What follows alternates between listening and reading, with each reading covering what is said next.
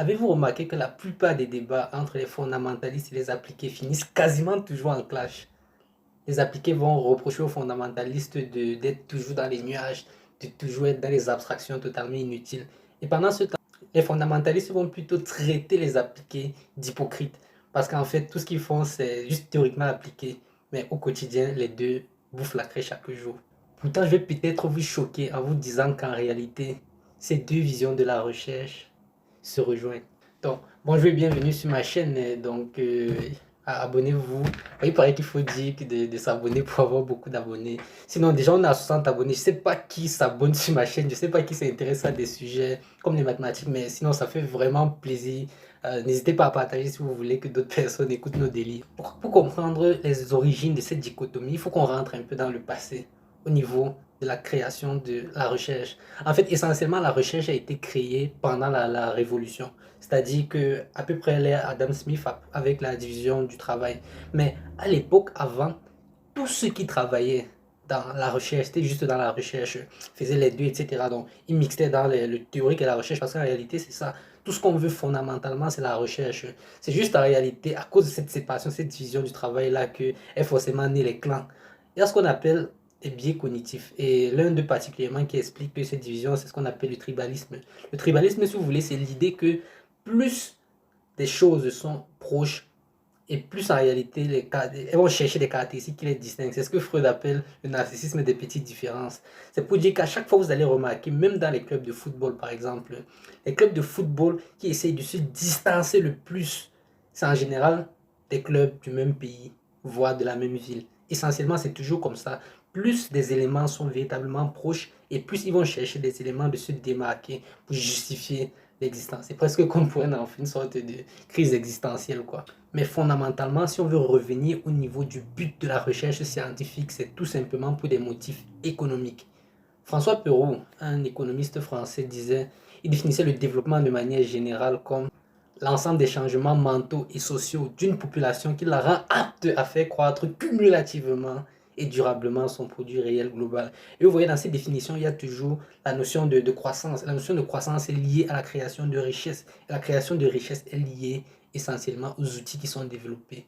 Et donc le support pour pouvoir créer ces nouveaux outils-là, c'est tout simplement la recherche, qui plus tard s'est donc divisée dans, comme on sait, c'est les deux principales parties qui sont la recherche fondamentale et la recherche appliquée. Mais c'est vrai qu'on dit comme ça, c'est un peu simplificateur parce qu'il y a beaucoup d'autres éléments qui entrent en ligne de compte, mais simplifions les choses comme ça pour essayer de comprendre d'abord. Mais sinon, fondamentalement, ces deux choses sont en réalité les deux faces d'une même pièce. Si vous voulez, les deux étapes qui sont totalement nécessaires pour la création d'outils d'un certain niveau.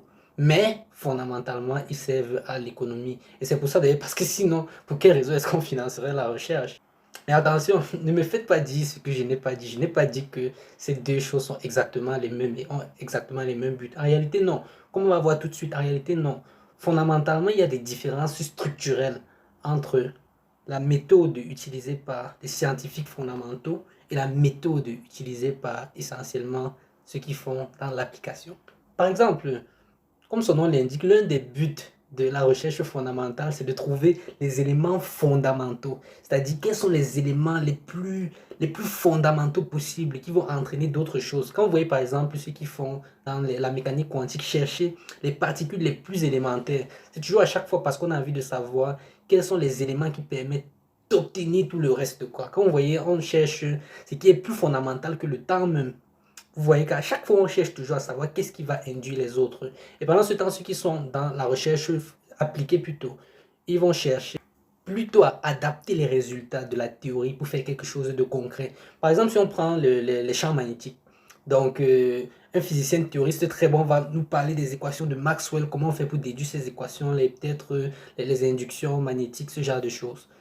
Pendant ce temps, celui qui est dans l'application, ce qu'il va faire, c'est qu'il va utiliser les équations de Maxwell pour pouvoir définir à partir de ça un champ magnétique, créer réellement un champ magnétique qui va faire en sorte que le train passe.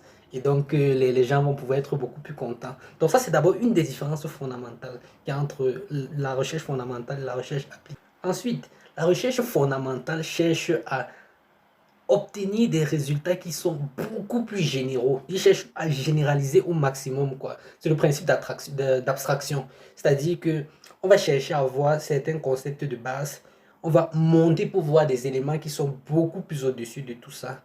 Et l'avantage justement d'avoir des éléments qui sont totalement abstraits comme ça, c'est qu'ils vont pouvoir se réincarner dans beaucoup d'autres objets. Si on prend par exemple le cas des dérivés qui ont été introduits par Newton.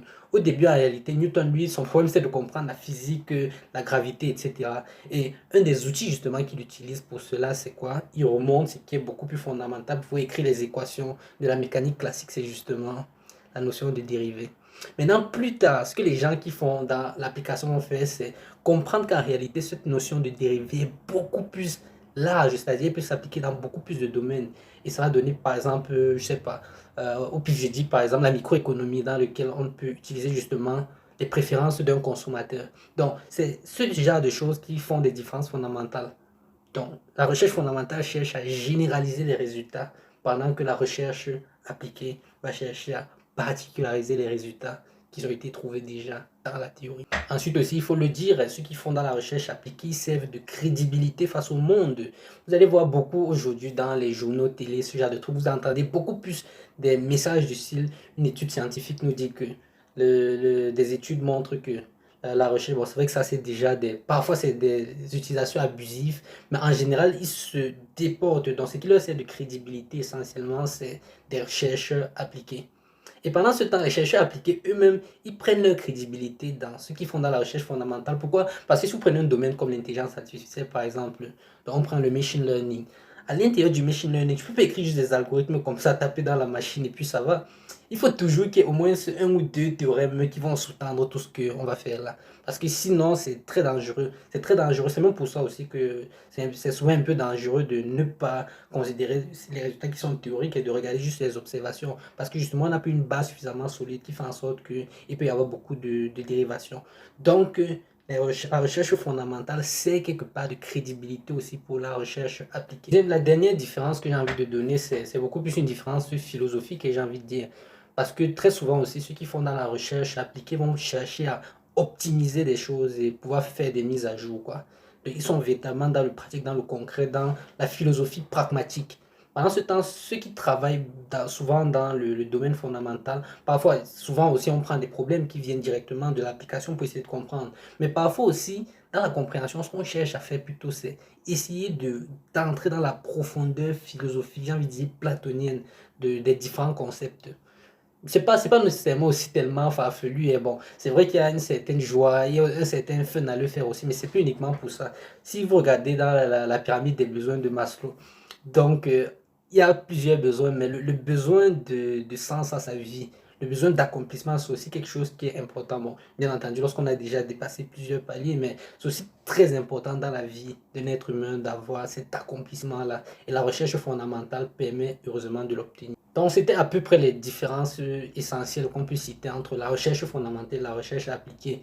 Maintenant, j'imagine qu'il y a peut-être certains étudiants qui sont dans un souci d'orientation, peut-être ils sont exactement à la joncture, ils ne savent pas si est-ce qu'il faut qu'actuellement je fasse la recherche fondamentale ou bien est-ce qu'il faut que je fasse la recherche appliquée. Déjà, la première des choses qu'il faut savoir, c'est qu'il n'y a personne, il n'y a personne qui soit expert du début jusqu'à la fin. Il n'y a personne qui maîtrise toute cette chaîne-là. Regardez les produits, même le produit le plus élémentaire que vous pouvez avoir, je sais pas, n'importe quoi, vous allez voir, toujours d'abord la première phase qui est la matière première, puis la partie qui est transformée, là-dedans aussi, il y a plusieurs personnes qui entrent, il y a plusieurs expertises qui jouent à l'intérieur. Après ça, il y a encore peut-être un deuxième processus de transformation, puis il y a peut-être le processus de la communication, vous regardez l'intelligence artificielle, tout ça. Donc, tous ces domaines-là, il faut déjà savoir ça de base, quoi. C'est-à-dire que si c'est un problème d'avoir un sens, c'est-à-dire de ne pas savoir fondamentalement ce que si tu sers à quelque chose, il faut savoir que personne n'est du début jusqu'à la fin dans la chaîne. Donc chacun apporte un petit quoi. Mais c'est quand même peut-être intéressant d'avoir des idées à gauche, à droite de comment ça se passe, juste pour avoir l'impression qu'en réalité, on participe effectivement à la construction d'un édifice général. Mais sinon, fondamentalement, il faut savoir qu'il n'y a personne qui maîtrise tout du début jusqu'à la fin de la chaîne, même dans le processus de construction d'un bâtiment, depuis la création des parpaings, etc., avec l'architecture et tout ça, puis des estimations, parce qu'à l'intérieur aussi, à chaque niveau, il faut savoir qu'à chaque niveau, bon, comme c'est une chaîne de maths, on va parler un peu de maths, mais à chaque niveau, les mathématiques interviennent. C'est juste qu'en fait, les mathématiques, elles sont là de manière un petit peu transparente, quoi. Elles ne se font pas sentir, donc elles apparaissent au moment où on a besoin d'elles, elles résolvent clairement des problèmes. mais en réalité, après, elles se font oublier, quoi. À chaque fois qu'on envoie un mail, quand je suis en train d'enregistrer cette vidéo, lorsque vous allez regarder cette vidéo, lorsque vous allez partager cette vidéo, il faut partager, et lorsque vous allez cliquer sur la cloche aussi, etc., à chaque fois, il y a beaucoup de mathématiques qui sont derrière, il y a beaucoup d'optimisation, mais elle se fait oublier parce que ce n'est pas le langage naturel. Bon, après, un jour, je ferai peut-être une vidéo sur ça, mais je défends que les mathématiques, c'est pas un langage naturel des hommes. Bon, peut-être plus tard. Si vous voulez d'ailleurs qu'on parle de ça, il faut me dire dans les commentaires. Donc, personne n'est du début jusqu'à la fin de cette chaîne, personne ne maîtrise toutes les étapes.